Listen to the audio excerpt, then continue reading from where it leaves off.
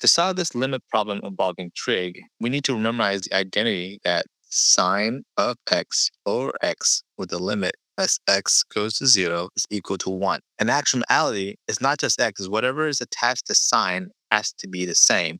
So if this was, for example, the sine of x plus 1, then the bottom has to be x plus 1 as well. They just have to match to make this identity work. So in our case, we have the sine of 5x over x with the limit of x going to 0. And to match the identity, we need to put a 5 down in the bottom, like so. But we can't just put our 5 out of nowhere, so we actually balance it out by initially putting a multiplying by 5 over 5, that which is just a value of 1, which doesn't change the problem. And then we take that 5 on the bottom and we reshuffle it to make the identities match. And then now, because we have the sine of 5x over 5x, all of that just becomes 1 times whatever left over, which is the 5 from the numerator. So the limit of this problem is equal to 5. To solve this trig limit, we need another identity. And this identity is not commonly taught in most calculus classes, but it is equal to 1 minus the cosine of x over x squared as the limit as x goes to 0. This is actually equal to 1/2. And just like the previous problem,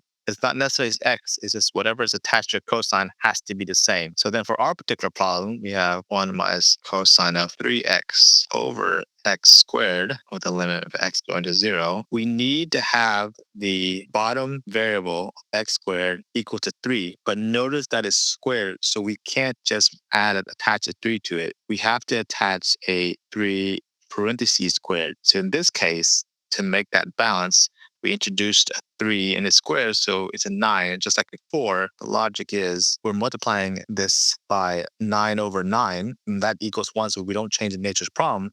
But then we take that 9, we attach it to the x squared, and then we rewrite that. Instead of a 9, we rewrite it as 3 parentheses in a squared. Now you see that it perfectly matches. So then this now perfectly matches our identity here. So that just becomes 1/2 times the 9 remaining over. So this answer, the limit of this function going to 0 is 9 over 2. With this problem, we would need to use the same limit identity of sine x over x, and we will need to use it multiple times. So the first thing we should do for this problem is to break up the tangent into sine and cosine. So now our tangent 4x, I'm going to rewrite that as the sine 4x over the cosine 4x, and that's divided by the sine of 7x. And then instead of writing on the bottom, I'm going to rewrite it just attached to it. So this is just times 1 over the sine of 7x. To make it even cleaner, I'm going to take the cosine 4x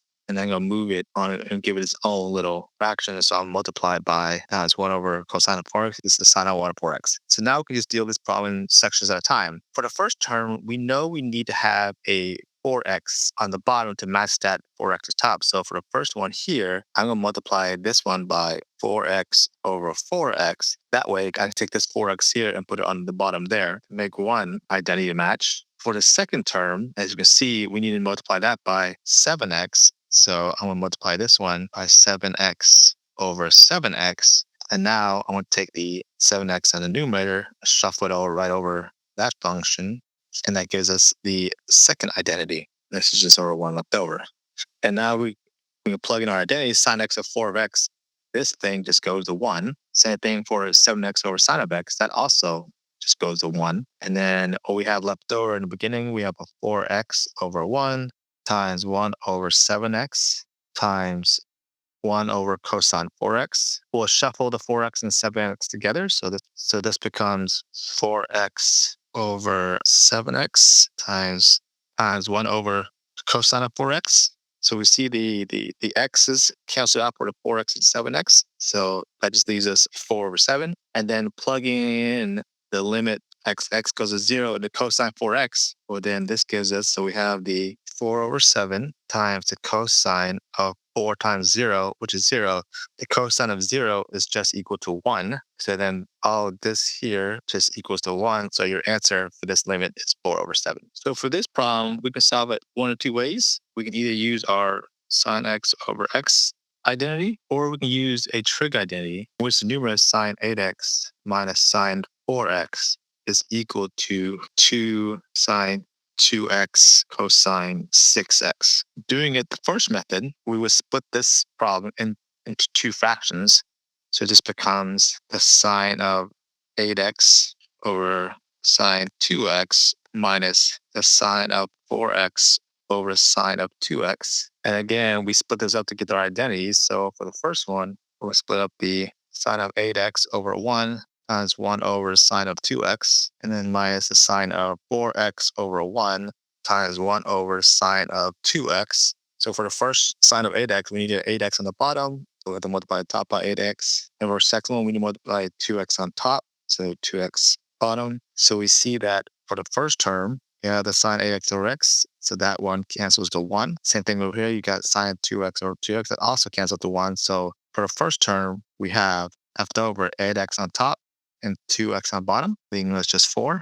Let's do the same thing for the second term. So in the second term, we're multiplying the sine 4x by 4x over 4x. And the second, 1 over sine 2x by 2x over 2x. So for the sine 4x, we see that these right there gives you a 1. And the sine 2x over 2x, those give you 1. So what's left over is I get a 4x on top and a 2x on bottom, which this just gives you, x cancels out, which just gives you 4 over 2, which 4 over 2 is just 2. And then 4 minus 2 then gives you the answer of 2, so the limit's 2. And using the identity, we just rewrite the numerator. Instead of sine 8x minus sine 4x, we'll rewrite it just 2 sine of 2x cosine 6x, all divided by the original denominator, which is the sine of 2x. So you see the sine 2x cancels each other out. And now we just take the limit as x goes to 0. Well, it's going to be 2 cosine 6 times 0. 6 times 0 is 0. The cosine of 0 is just 1. So this is going to be 2 times 1.